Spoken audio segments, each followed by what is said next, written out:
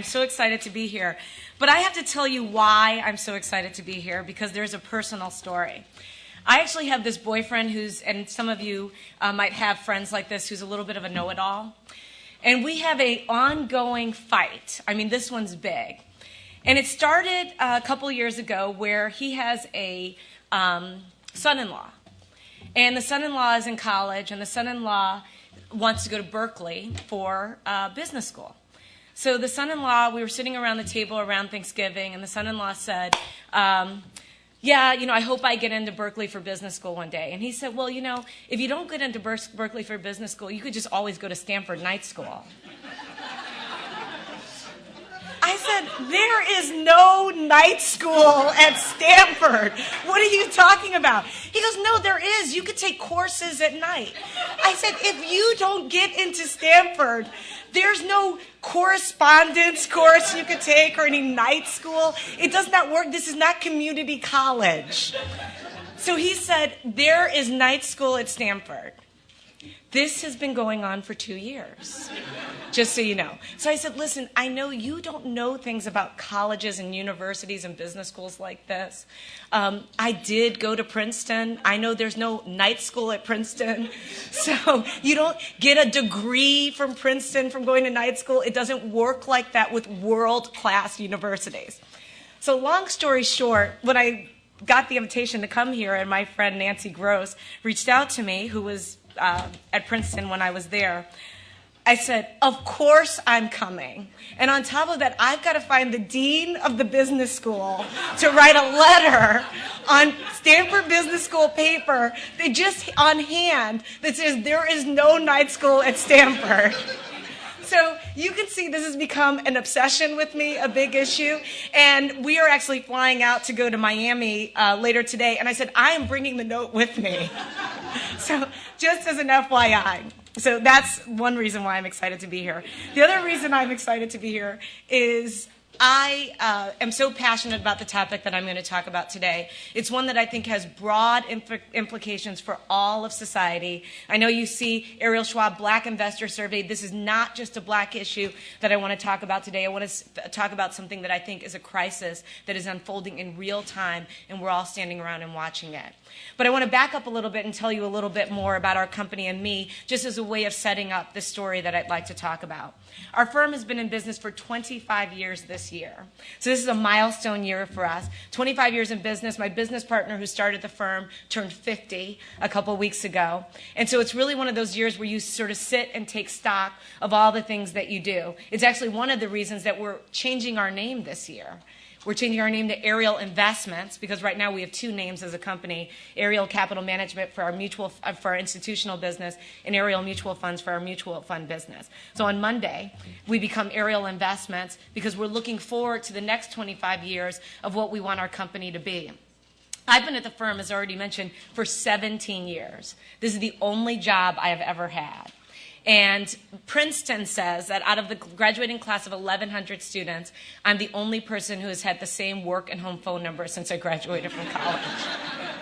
So you get a sense that consistency and things like that are important to me. But I've also had the opportunity to work at a really, really amazing place, do unbelievably great work, clearly having a very strong eye towards hitting the cover off the ball for our clients and the people who trust their pension money and their retirement money and their kids' college education to us. But also, what I always like to say about what we're doing at Ariel, we're doing something that is so much bigger than us, so much bigger than even the work of investing, where we have this unique opportunity to move the needle on something, as I said before, that affects all of society. Now, our firm came into existence in a very wonderful way. My business partner, John Rogers, started our firm when he was 24 years old. He had been exposed to the stock market in an extraordinarily unusual way. Starting when he was 12 years old, instead of toys, his father gave him stocks every birthday and every Christmas. Now, I put the big emphasis on instead of, because he says in the beginning, it was not very fun. He would run to the tree, and the only thing that he would get was a white envelope. And he said the worst part, if it wasn't bad enough that you get the white envelope, no toys, that We all know what happened on Christmas Day and the days after Christmas. What do? Call your friends. What'd you get? And he said his friends would say, oh, I got the newest G.I. Joe. And another friend would say, I got Monopoly. And John would say, oh, I got IBM shares. That was his existence. And he said, but the one thing that his father did that was incredibly smart was that he allowed him to keep the dividend checks. And he said the two things you don't get when you're 12 years old, you don't get mail with your name on it. Now think about it. I remember occasionally I'd accidentally get the Publishers Clearinghouse sweepstakes, and I'd be running around the house because I had a letter. So you don't get mail, and even more so today because kids are online, right? And then the second thing you don't get checks with your name on them. So he said it didn't matter if the checks were for 50 cents or $50. He was getting this free money in the mail, and he got very, very excited about it. So he says he was a 12-year-old with cash flow. If he wanted to buy a candy bar, he could. But one of the things that he realized is that if he reinvested the dividends, because his father was buying these blue chip stocks for him, and just by way of just putting the story in context, John's family wasn't wealthy. His father was a Tuskegee airman who went to college on the GI Bill, went to University of Chicago Law School where he met John's mother, the first black woman to graduate from the University of Chicago Law School. I love the story. I asked John Roger, who turns 90 this year, how did you end up going to the University of Chicago Law School, and give you a sense of the practicality of this man? He said, the line was shorter. So that tells you what we're dealing with here. So very, very practical. But he had a hard start. He was an orphan who was a child of the Depression. It was incredibly important to him that John understood and respected money. So that's where this bias of giving him stocks came from. So jump ahead, John's graduating from high school. He goes to Princeton, where he played basketball. His coach told him he had no future in basketball.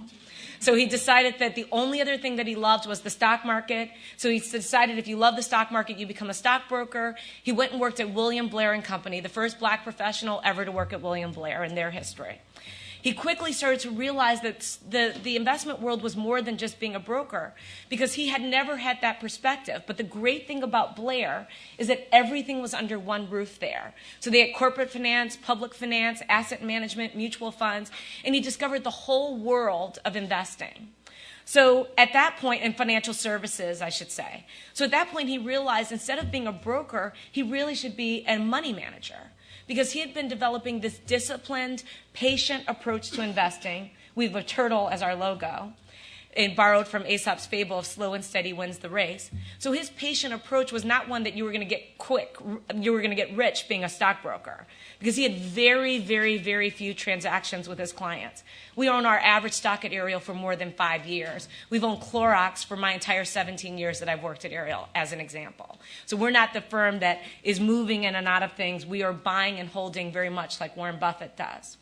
So at the end of the day, he started to realize, maybe I should be in this other aspect of the business. So he went to the powers that be at Blair, and he said, I'd like to work on the asset management side. And they said, hey, listen, kid, you're 24.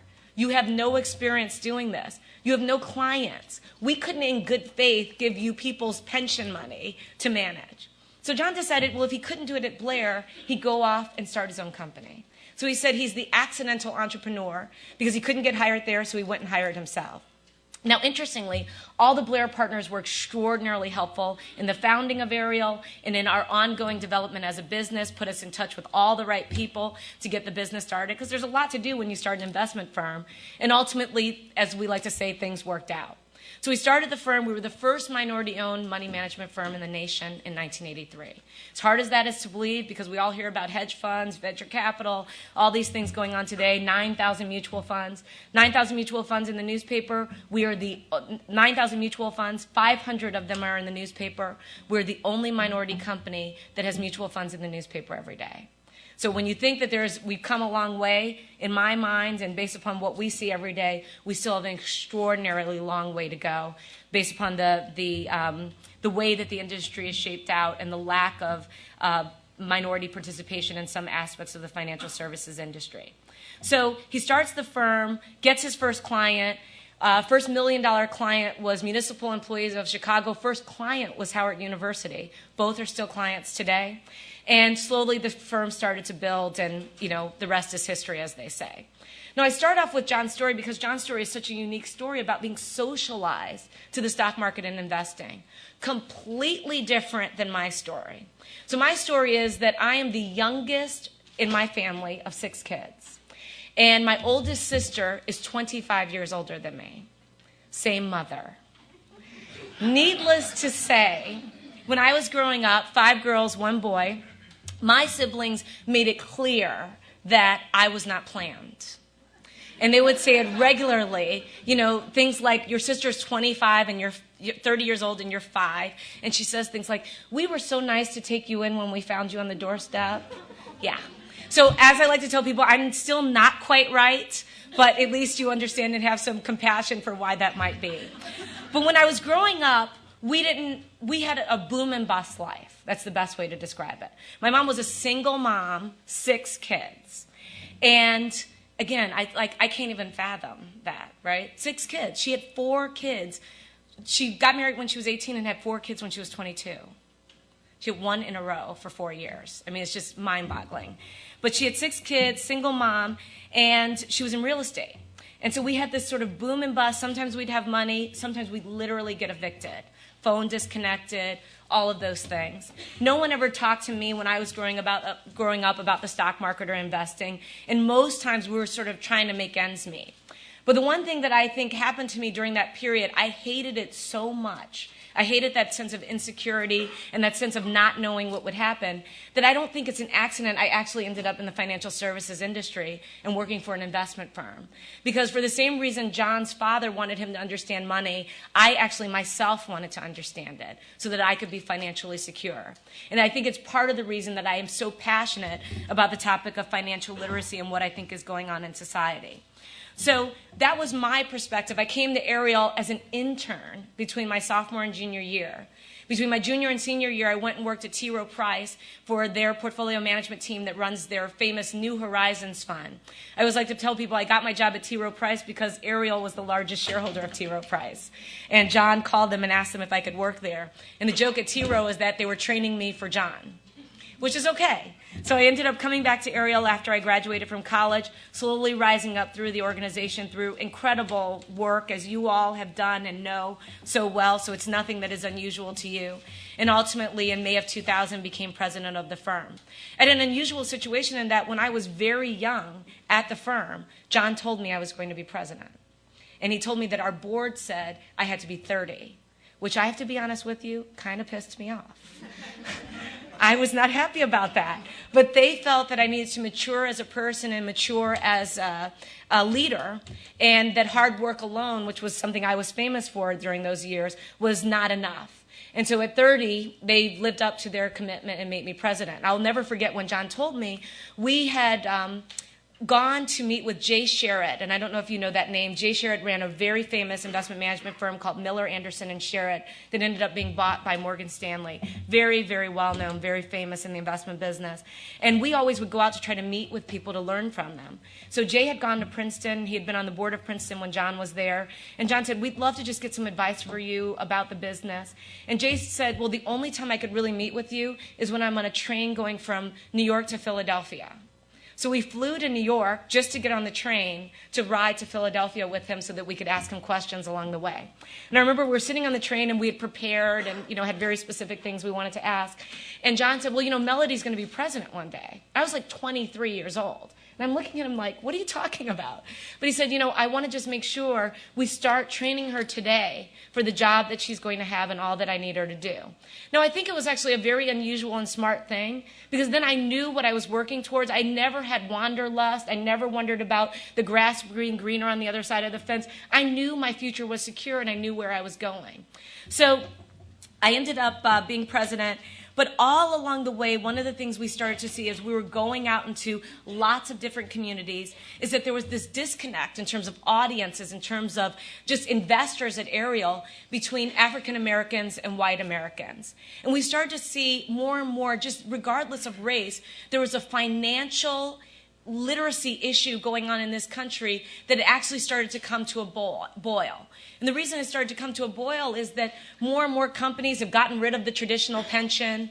You have your 401k plan. You go, you get your first job, you pick your investment options that have huge implications for not only the rest of your life and your retirement security, but also what wealth you'll pass on to children or grandchildren. So real implications.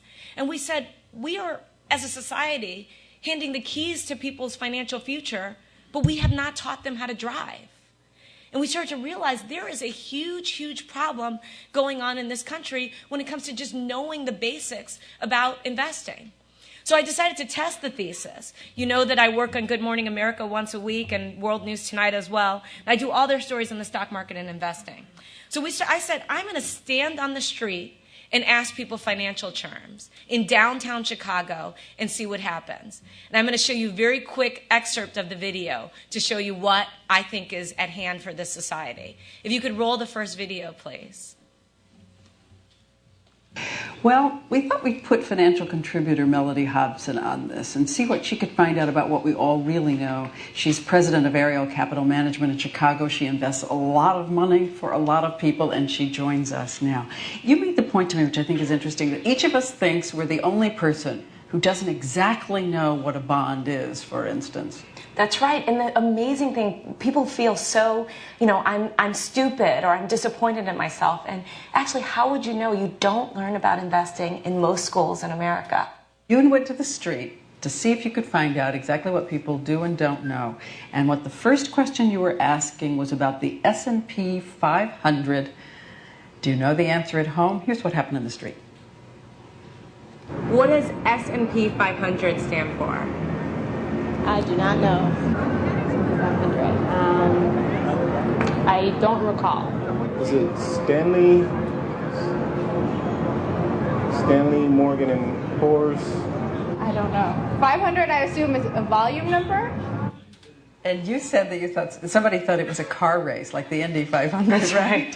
What did people think a bear market was? What is a bear market? It's when the market is good. I know there's the bear and there's the other one, the lion or whatever. A bear market, I think that's when you buy. No, that's the bull market, I think. I never understand those terms. And in fact, a bear market. Bad. The market is going down, usually 15% over a 6-month period. The opposite is a bull market. We want to figure out why they call them bull and bear. Some say bears hibernate. Others say it has to do with how they kill their prey. Bulls take their horns and pull up, stock market going up. Bears bear down on their prey, stock market going down. Good way to remember. Bond, do we really know what a bond is? What is a bond? A bond? That I do not know. I cannot give you an exact definition. How do I define that? A bond belongs to the government. Bond is basically a, I don't know. Sorry. So, last thing, an IRA. Did people know what IRA stands for? Here it is. What does IRA stand for? I'm not sure, but I have one. Investment? Retirement account? The devil? No. RA. I know an RS. People I don't like. Okay, I know it's funny, right? And in the actual show, I gave all the answers. But this is the reality that society is looking at. And it's not funny when it comes down to, again, picking those retirement options and actually picking the investments for your kids' education or whatever it might be, and no one ever having told you how it is this works and how you do it. So this is the thing that actually makes me crazy. In Chicago, public school system, you can take, as an elective in a high school, wood shop or auto, but you cannot take an investing class. Now, this is what I find so interesting. I always like to ask a very simple question of audiences. How many people in this room clean their own carburetor? Because that auto class that maybe you taught, that's one that maybe you took. Maybe you learned that. Second question, how many people in this room whittle furniture in your spare time? Right? My boyfriend took wood shop, he told me. He said he took metal shop as well. So just to give you a sense, this is not something that is so hard to believe. People actually, a person in my firm, they came to watch me give a speech, and he said, I took electronics for 3 quarters in a high school in Chicago. So again, this is not something that is sort of made up, but you can't take investing. So the idea that every single day we all turn on the television, hear the radio, we get what I call the Holy Trinity, the Dow, the S&P, and the NASDAQ, and no one ever told us what it was. Not to mention going much more beyond that for the essential things that we need to know as a society. So as a result of that, I have this mission. My mission that I wake up every single morning running is to make the stock market the subject of dinner table conversation in this country. Because I think if we do that, we'll actually shift this issue around financial literacy and ultimately have long-term financial security as a society. The reason I've made this my mission is because I think there's a crisis at hand. And I think we're going to look back on this period, and we are going to find that Rome was burning, and we were all standing around holding the cans of water. Because to the extent that we don't save or invest appropriately as a society, we will find ourselves, one, retiring to poverty potentially, or being a significant burden on society, which obviously has huge social implications. So we've been doing this work with Charles Schwab and Company right in the neighborhood here in the Bay Area for 10 years. And we've done something that no one has ever done before. The first year we did it by ourselves at Ariel. We did a survey on how do black people invest versus white people. Is there anything telling or intuitive there that could let us have a window into what is going on and maybe understand the problem and fix it? And we've been doing this for a very long time, as I said. After the first year, Charles Schwab came to us. They saw a story that was the lead story in the New York Times business section on a Sunday with John and I. And they said, we think you're really onto something. And we want to be the leaders in unbiased investor education, but we think you sit from a very unique vantage point, and we want to partner with you on this data on an ongoing basis. So hence became the Ariel Schwab Black Investor Survey that has really become the defining work on what is going on with race in society when it comes to investing. There have been a lot of research on gender and investing. Never before we did this work have there been any work done on race and investing. Now, I know I called every business school, all these professors who had specific interests. We couldn't find one piece of data on this topic until we started to do the research.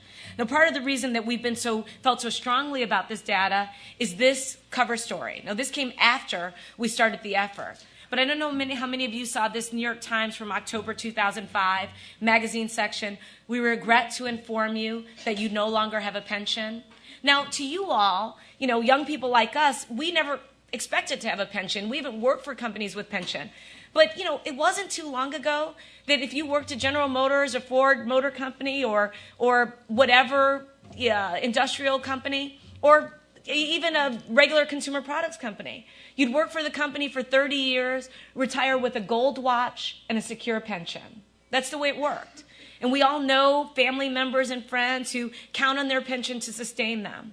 Well, these days, it's not that way. If you work at Amazon or Microsoft or even Charles Schwab, there's no pension fund there.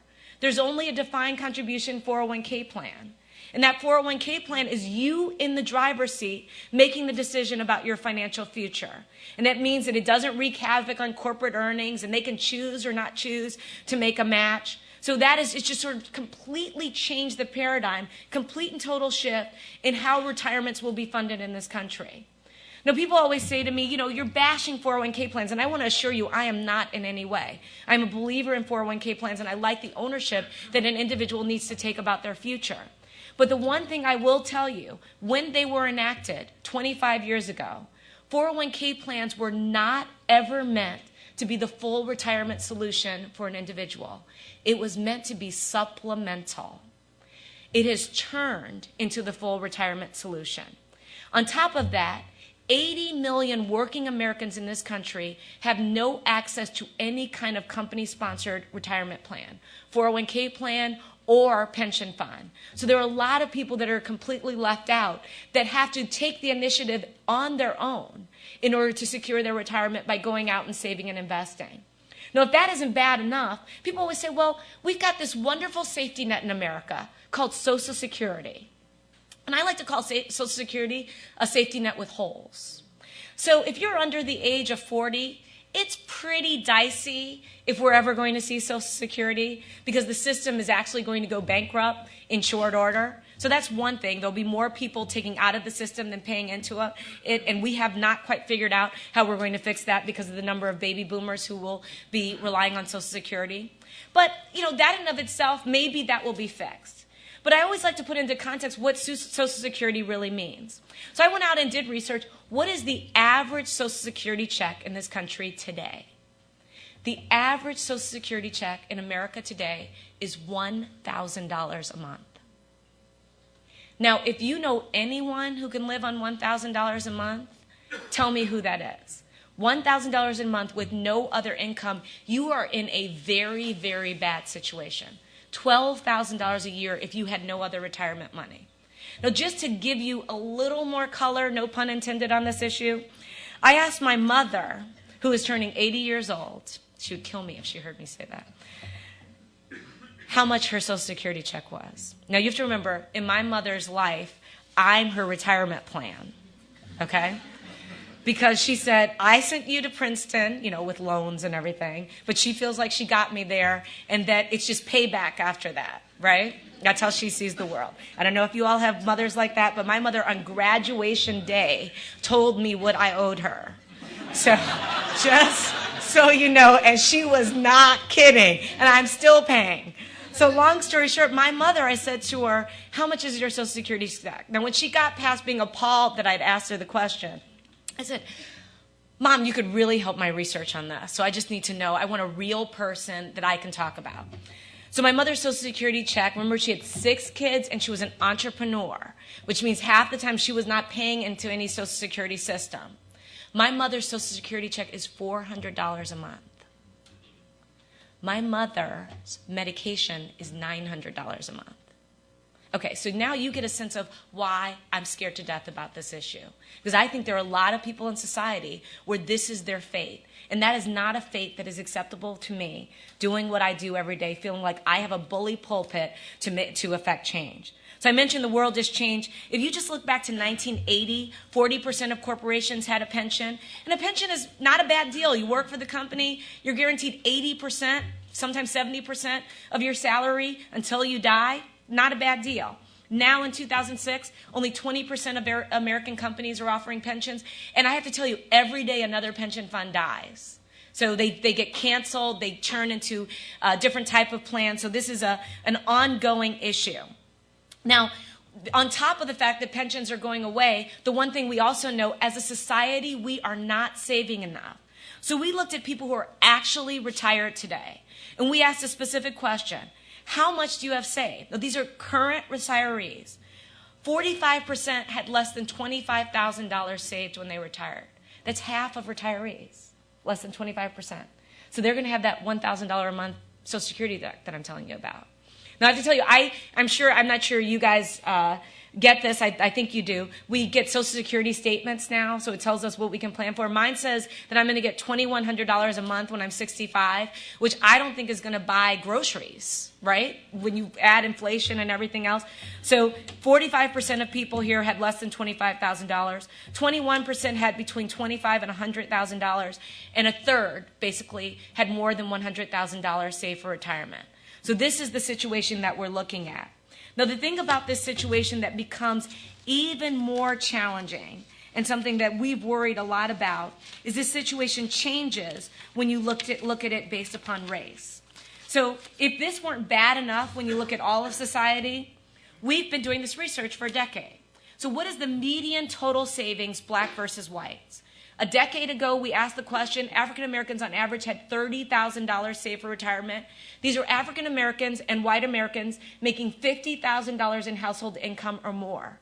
Nearly identical age, about 50 years old, nearly identical education level. So these are two people, virtually the same, just different colors of their skin, Black Americans had $30,000. White Americans had $68,000 on average. We asked the same question last year. The black number was $48,000 a decade later. The white number was $100,000. Half the savings. So again, it's not even that the white individuals have enough money, but you cut that in half and you see that for minorities, this story gets worse. My mother always likes to say there's no bottom to worse. You know, things can get worse. This is one of those examples. There's no bottom to worse. Things get worse. So we looked at how much are we saving as a society. A decade ago, African Americans were saving $146. Today, $173. White Americans were saving $226 a decade ago. Now $252.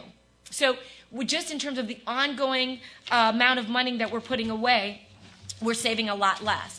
Now, in addition to not saving as much as our white counterparts, the one thing that we also know from our research, we don't have the same exposure to equities. So as we all know, the stock market has outperformed all other investments since 1926. You need stocks in your portfolio for growth. If you're sitting out the stock market, it's going to be very, very hard to grow your money and secure your retirement. So we asked a very specific question for a decade. Do you own stocks or stock mutual funds? Remember, almost identical scenario for both groups of people. 1,600 people in this random survey. In 1998, 57% of African Americans said that they own stock or stock mutual funds versus 81% of our white counterparts. Gaping hole. Now, this is the thing that is so discouraging. You look at the pink chart climb. By 2002, we were at 74%. A lot of us jumped in, internet stocks, bubble. The stock market blew up. We completely sold out of our stocks, and white Americans just pared back. And look at how the white number is virtually flat over those years. So last year, we went back into the field and we asked, do you own stock or stock mutual funds? A decade later, and much to my chagrin, after probably thousands of speeches, I feel like Al Gore. That's the only way I feel like Al Gore, I should say. After literally, I've done so many speeches on this topic, I can't count. We were back at 57%. So I hadn't moved the needle at all. Our data hadn't moved the needle. Waking up at 3 in the morning hadn't moved the needle to do television. Nothing. 57% versus for our white counterparts, 76%. Now, I know there's been a tough stock market, but many of us, it was our first time being stock market investors and seeing this kind of volatility. And when it happened, we ran for the hills. Now, a lot of reason that I believe we ran for the hills is because, again, we have not been taught how to do this. This is sort of learning as you go. First place that African Americans learn about the stock market and investing is their company 401k plan. White Americans, interestingly, tend to learn before they get to their first job with some conversation with family or friends. So it comes a little bit earlier, and our first exposure comes later. And when we are first being exposed, we're making all of these important decisions. And so you can see, and I tell people all the time, this is not in any way to cast my community in a bad light. Because again, there's a sense here, even though you're responsible as an individual, how would you know? And when you don't know about something and you've worked extraordinarily hard, like so many of the minority people in this room, and you're the first person in your family actually making a good living, you don't go off and do something willy-nilly with something you don't know about. So you might start by putting your toe in the water a little bit, but this is not the easiest thing to approach, and it's especially difficult when you think about it, and I always like to say this to people. Imagine being a bus driver or school teacher in Chicago. You're a nice middle-class black couple. Are you going to really walk into Goldman Sachs in the Sears Tower to talk about investing? That would be a daunting effort. Now, of course, you, Stanford Business School, that doesn't seem like a big deal to you. But, just think about some relatives or people you've known over the years of how hard it would be, even with great intentions, to tackle this. And it's not like I've already laid it out, a lot of diversity in the industry. There was a study a few years ago, there were 90,000 stockbrokers in the United States, and 600 of them were black. So again, it's not like even if you wanted to, you know who to pick up and call. And it's not that you just call the black person, but just where do you start based upon the social network and community that you have, right?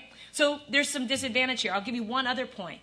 In 1994, we started advertising every single month in Black Enterprise magazine. Black Enterprise, premier black business and financial publication. We were the first mutual fund to advertise in Black Enterprise Monthly. First one. You could go into Black Enterprise during that period, and you could find every car ad, American Express ad, food ad. There wasn't one investment ad in a Black business publication. Now, you go flip through Forbes or Fortune, and you can't count the ads, right? So we weren't even being marketed to. I'm glad to say that now you'll see a lot more mutual fund ads in Black Enterprise, which I think we had something to do with, because I kept saying to people, this is a travesty. If you're Merrill Lynch or Goldman Sachs or whoever it might be, why aren't we good enough for the ad? Because we will be good customers once you just make us aware of what we might be missing. So it's not surprising that these numbers look the way they do. And I'm not saying that we don't share a role and responsibility here. And I'm hoping that a lot of this research becomes a wake-up call, not only for Black America, but for all of America. So we see that the less of us have exposure to the stock market. The problem is when you compound the differences in our investments over time, it's ugly. So this is the $48,000 versus $100,000. Now, interestingly, remember, we don't have the same exposure to the stock market. I just grew the difference over 25 years at a 4% return versus an 8% return for the white money. The difference is it's over $500,000 difference compounded over time because we started off with half the money and it's growing half as fast.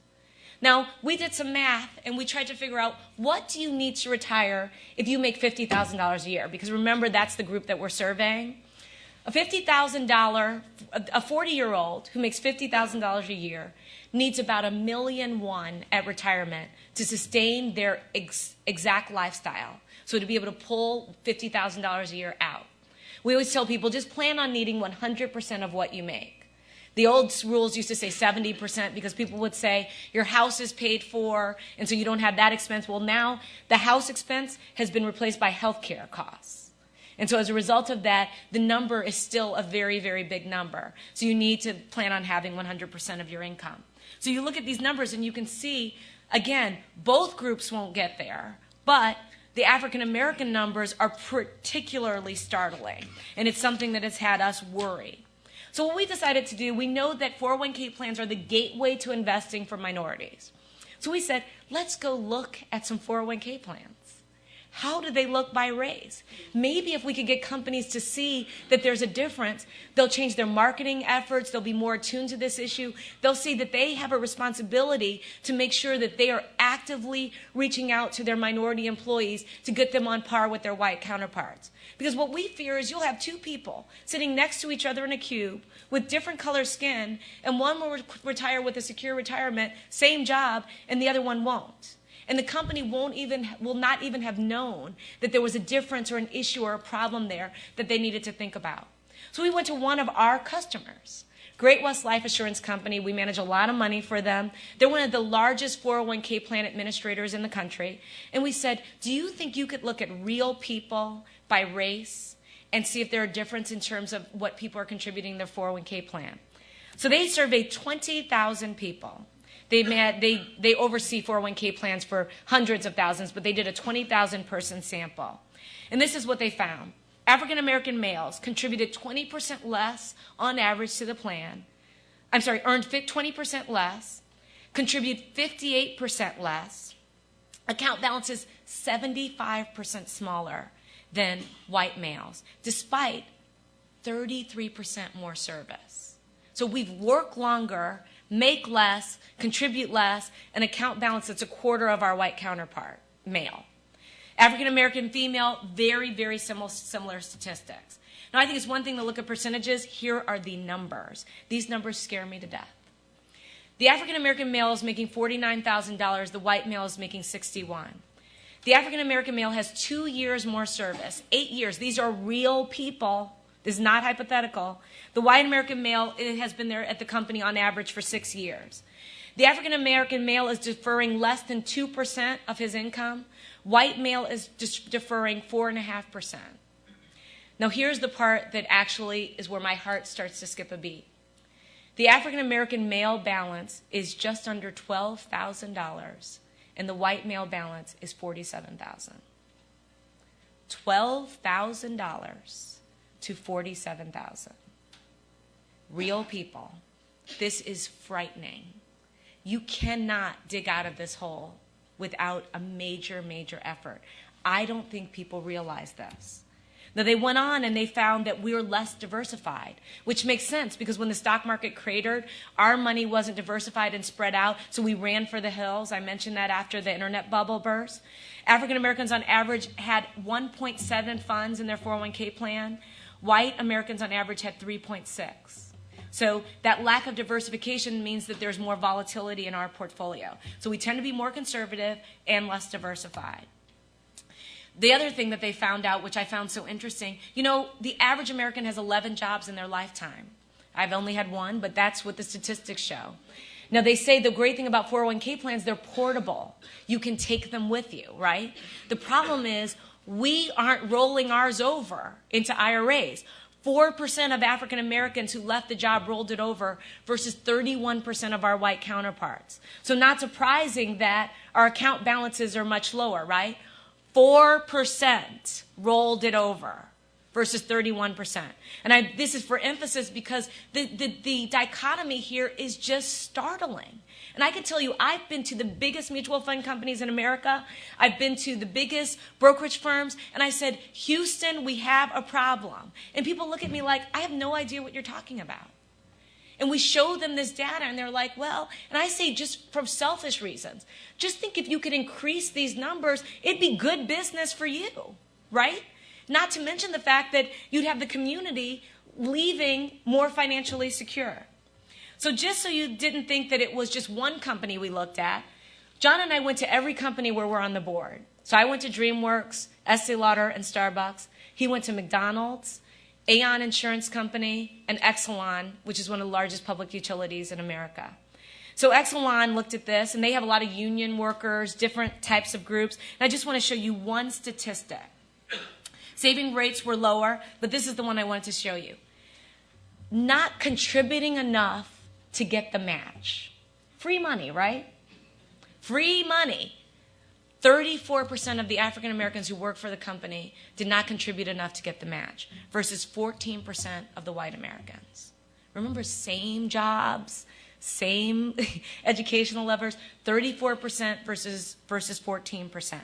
Now, it's so interesting because I have a lot of African Americans who come to me and they say, I don't want to lose anything if I invest in your mutual funds because we invest in small and medium-sized companies.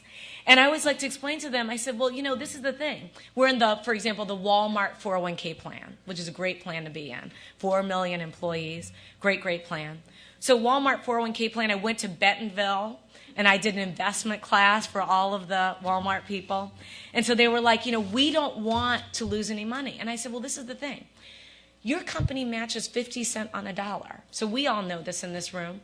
It's a 50% return, right? Right off the bat. You haven't done anything and you've already gotten a 50% return. So if you could just think of it that way, it will allay some of the concerns you have about being invested in the stock market. So one other place that we went, McDonald's. It's okay, this is Golden Arches. How much do we all love McDonald's, right? I love McDonald's. When I was a little kid, I ate McDonald's every day. And I always joke with John, who loves McDonald's way more than me. And now I always joke with him, well, I'm still single, so I can't eat McDonald's, but you can eat it as much as you want. And he's like, no, we have healthy food. I'm like, no, I don't eat the scone at Starbucks either, so just so you know. Or that Frappuccino, which tastes so good, but it's your calories for a day. So McDonald's case study. So they looked at managers of their restaurants. Now, this is something I did not know. It's a fascinating statistic about McDonald's. 30% of their corporate officers come out of their restaurants today. 30%. So the pipeline of their restaurants is a very, very important place for them to recruit their great talent. And that's why I think the Golden Arches people, McDonald's people, they bleed for that place. I mean, they really have a esprit de corps that I have never seen before. They still talk about Ray Kroc as if he's alive. No, they do. It's like, well, what would Ray say? You know, John comes back and John had to, as a board member, read the Ray Kroc biography, Grinding It Out, which I read as well because John was so, taken with it. He's practically weeping reading about Ray because that's the way that they have built that culture. And it works. Trust me. It's a wonderful story, success story, and wonderful business story. So McDonald's looked at their restaurant managers. John asked the question in 2004, have you ever looked at your 401k plan by race? They did. 50% of their African American restaurant managers were participating in their 401k plan versus 90% of the white restaurant managers. Okay, so just so we know that this isn't an elitist issue, this is McDonald's restaurant managers. 50% of the African Americans were in the 401k plan versus 90% of the white individuals doing the exact same job, right? So again, we see this over and over and over again. So they actually decided to do something about it. They put forth an effort that I think companies could learn from, that it was phenomenal. One of the things that they did is they decided that they were going to automatically enroll everyone in the company in the 401k plan. They were going to enroll them at 1% of their salary. And then they were going to give everyone in the company a 1% raise so that no one missed a nickel out of their paycheck. Not only did the black number go to 95% in 3 years, the white number went to 95%. So everyone got lifted in terms of participation, and account balances across the entire company, despite race, went up. This was the African American restaurant managers. There in 2004, they had $12.6 million on average in the plan. It was up 41% by 2007. And so this you can see, this is when you just sort of shine a light on this issue, you can actually see some real meaningful results. So before I close, I don't believe in just admiring a problem. That's what we call it at Ariel. We say if we're like kicking around an issue, we say we've admired the problem long enough. So I feel like I've admired this problem long enough. So there are 3 things that I think that can be done to change the whole paradigm on financial literacy and retirement security in this country. First and foremost, I think the individual needs to understand it is a new day, and we are all ultimately accountable for our own future. So this is our idea of thinking about the company taking care of us or Social Security. There's been a dramatic shift, and some of us just haven't quite understood, oh my God, I'm in charge. So the individual ultimately bears full responsibility. I never want to move away from that. Secondly, I think every corporation should look at a 401k plan by race. I think if they saw the data, they would do something like McDonald's did. And that ultimately would have a positive effect, not only in terms of their relationship with their employees, but also in terms of making sure that they've done everything that they can to put their employees on the right path. Last but not least, and I know it won't come as a surprise to you, I think financial literacy should be taught in every school in America. That's my crusade right now, that I want every high school in America to have financial literacy and every grade school in America to have a financial literacy program. So we've done it at Ariel at one school, and I'd like to show you a little bit about it before I go. If you could roll the second video. Come on! Come on in! Come on in!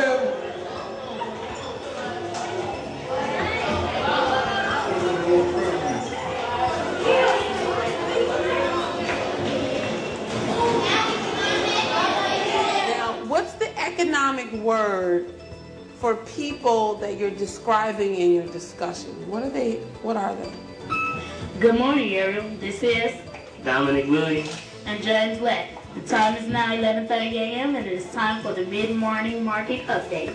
The Dow is currently down 0.4%. The Nasdaq is currently down 0.6%. The S&P 500 is currently down 1.11%. We have been investing in stocks such as Aeropostale, Tiffany's, Apple's, and Google. So we wanted to keep up with our money, so we did the market update so we can follow our stocks. And we go to NASDAQ because it has the rates and it has quotes that people are talking about the market. If I didn't go to Ariel, I wouldn't know how much I would be spending in stores. I wouldn't know how to save, because sometimes you'll see like 2 for $5, and that makes you think that you have to buy 2, but really you only have to buy 1. So some people get tricked by that. This investment class, I've learned how to trade stocks and invest stocks and how to research stocks and analyze. I'm pretty good at what I do, and I know a lot about stocks and companies, and I actually have my own stock portfolio. Who thinks the U.S. has a lot of investments? Derek, what do you think? Students learn about investing. They learn about economics concepts that most kids in public schools don't even get exposure to at such a young age. And they also have the added aspect of an international investments course in the 7th grade. So they're really creating well-rounded students who have an understanding of economics, investing, and the international component. Not a lot of people, like just in this community, know about investing in stocks and the stock market and how all of that works. My mother would be like, "What did you learn?" I'd be like, "Yeah, I learned about some of the stocks and the stock market and stuff." And she'd be like, "Oh, I need you to help me with this sometimes." I'm saving for when I get to high school and college for books and everything, and just for me, just to have. I think that I am actually ahead of some other kids that aren't learning about investments and others in stocks, because we get on to subjects like basically, I remember I've gotten to a fight with my friend about the war in Iraq.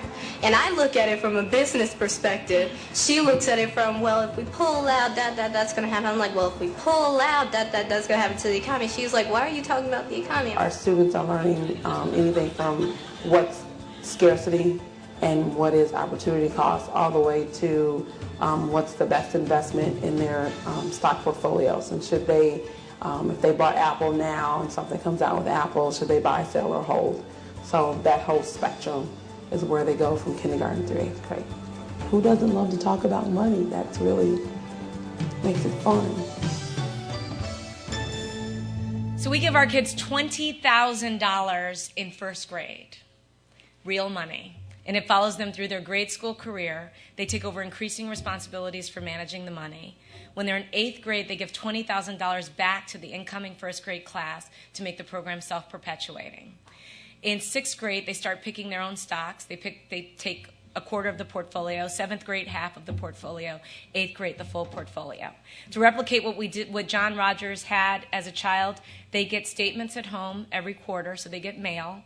And the profits at the end of the grade school career are split half where they have to make a philanthropic contribution because our kids are inner city kids, and the other half they split. And for every child that will put the money in a 529 plan for college, we give them an additional $1,000, so that we're trying to teach them about matching and 401k plans early. Last year, we had 44 kids graduate, 42. We asked their parents to let them make their own decision, put the money in the 529 plan for college. And so this has been our real-life experience. Our school is 14 years old now, so we've had 3 graduating classes, and these kids are absolutely and completely obsessed with the stock market, because to them it's like sports. Now, my favorite part, my favorite last closing story about the kids, our kids come to our office to sing Christmas carols. So they have a choir. There are 440 kids in our school. We share the building with the University of Chicago charter school. Ours is not a charter school because it happened before there was charter school legislation in Chicago. The mayor gave 9 institutions the right to run a school. There were hundreds of applications, and we actually won one. They asked us to name our school Ariel, which we had some trepidation about because there had never been a black company to have a school. So they thought that that would send a really great message to the community. And I have to tell you, when you put your company name on a school, you think about it in a totally different way. It's not something you ever can walk away from. So we were a little nervous about that, saying, wow, our reputation and could be augmented or affected in a negative way by doing this, but ultimately we decided to do it, and it's been a great, wonderful experiment and great experience for us. But getting back to the Christmas Carol, so they came to Ariel. Our building's at the Aon Center, which is a landmark building in Chicago, on the 29th floor. So the kids come to sing Christmas carols, and as you saw, they all wear uniforms, blue shirts and light blue shirts and dark pants and ties and things for girls. So they come in to sing the carols, and the teacher comes up to me and she says, Ms. Hobson, Julia did not wear her uniform today. Julia was 9 years old. So I'm looking down on her. This is a few years ago. She's little. And I'm like, Julia, it's very, very important. I didn't know her. It's very, very important for you to do what your teacher says. And it's very important that you wear your uniform. And I'm going into, the speech that we've all had, right, from our parents. So Julia looks up at me and she says, no, you do not understand. This T-shirt is Old Navy, and we own the Gap. And this is advertising because that stock needs help.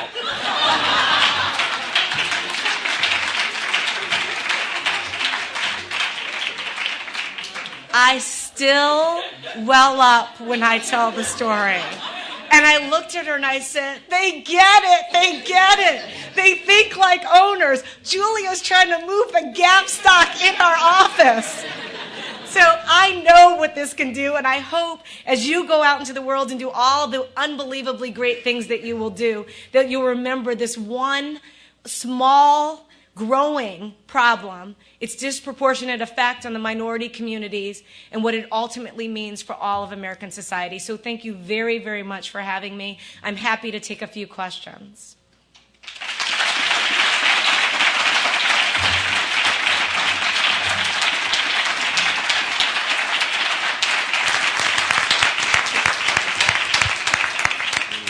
Do you have any plans to expand this school concept to within Chicago and even outside of the state? What we've been doing, we've had 3 initiatives going on. One, I've hired a person full-time at Ariel who actually splits his time, I should say, between us and the Chicago Public School System. He works for Arnie Duncan, who runs the Chicago Public School System, who came from our office before he went to run the school system. Arnie actually was the father and thought leader behind our school, and is now running the 3rd largest school system in America. Peter Cunningham, who works for us, is full-time spending his life trying to get financial literacy in schools both in Chicago and nationally. So we've engaged a lobbyist firm in Washington, and we're working with congressional leaders to really put this on the agenda. As you might expect from Chicago, we're good friends with Barack, and we've also raised this issue with him as well. So we've decided, instead of me talking about it this year, I said we're hiring someone and this is their job to get this done. Secondly, in Chicago, we've gone to some of the biggest most successful families in Chicago, and we said the Ariel program should be replicated. We need $20,000 for every school. And if we just start with the first 20 through the 1 through 8, then the program becomes self-perpetuating. We've estimated that we need $20 million to put it in every school. So we're trying to find like-minded people who will contribute to that. Thirdly, we are actually formalizing our financial curriculum so that any school in America could ask for the Ariel curriculum and get it off the shelf with beautiful workbooks and lesson plans and be able to go from there. The one major obstacle is we have to teach the teachers. It's not like the teachers have been savvy about investments as well, so we had to do a lot of work with our teachers just to get them aware of this. We have full-time investment teachers at Ariel that we pay for that would never be in a school system budget, so we recognize we've got to figure out ways to tweak this program. We can't do more schools because we're actually an investment company, not a school company, and we spend about $1 million a year on this just out of our own pocket. So that's the Cadillac version. We have 11 full-time people. Our principal has an assistant. We have all sorts of things that most schools don't have. But we do think there's a Chevy version that can be done and that other companies can take up. Yes. Hi, thank you for coming. What could we do here in business schools or other professional schools like law school, medical school? Because my hunch is that beyond just the 7th grade kids, that this might actually be a difference even at the Stanford undergraduate level, even amongst our community here. So what could we do to help this effort? Well, it's interesting. One of the people that we work with Charles Schwab and Company for a long time was a woman named Carla Foster. And Carla went to Stanford Business School. And Carla told me she worked at Schwab at a very senior level. She said, I had no idea about investings either, and I've gone to the best schools in society, in America, in the world. And so we do recognize, maybe if you took corporate finance somewhere, you have some sense of these things, but, most of us don't really get that front row view. So even in the elite schools, for lack of a better term, it's an issue. In terms of what you can do, I think a lot of what you can do is when you walk out of these doors, one, you're going to be inside great organizations. So many, I know, business school students are going into the financial services field. You could spur a company to take on this effort by having a school as well, and also asking companies to look at their 401k plan by race. Those are 2 things that actually seem so small but could make a difference. Thirdly, I tell people, replicate the John Rogers story. Give stocks to nieces and nephews and children for birthdays and Christmas. Instead of buying the PlayStation, buy the Sony shares. Maybe not Sony because it hasn't done so well, but so that you socialize children to saving and investing at a very early age. Everyone in this room could do that. And then last but not least, you can talk about the problem. Because I feel like if we start a grassroots movement around this, we'll actually end up moving the needle. Mellody, on behalf of the Black business students and the Graduate School of Business, we offer you a bottle of Vision Cellars wine. It's a black vintner. We decided to support black entrepreneurs as much as we could in this conference. Thank you so much for your time and your gracious words and your intelligent thoughts and your beauty and your humor. Well, thank you so much for having me. I just need that letter, though. Okay. You got it right there.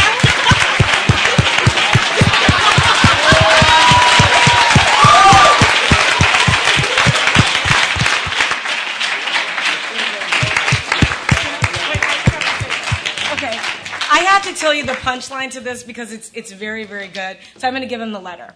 So my boyfriend, I've spent a lot of time in San Francisco, is George Lucas.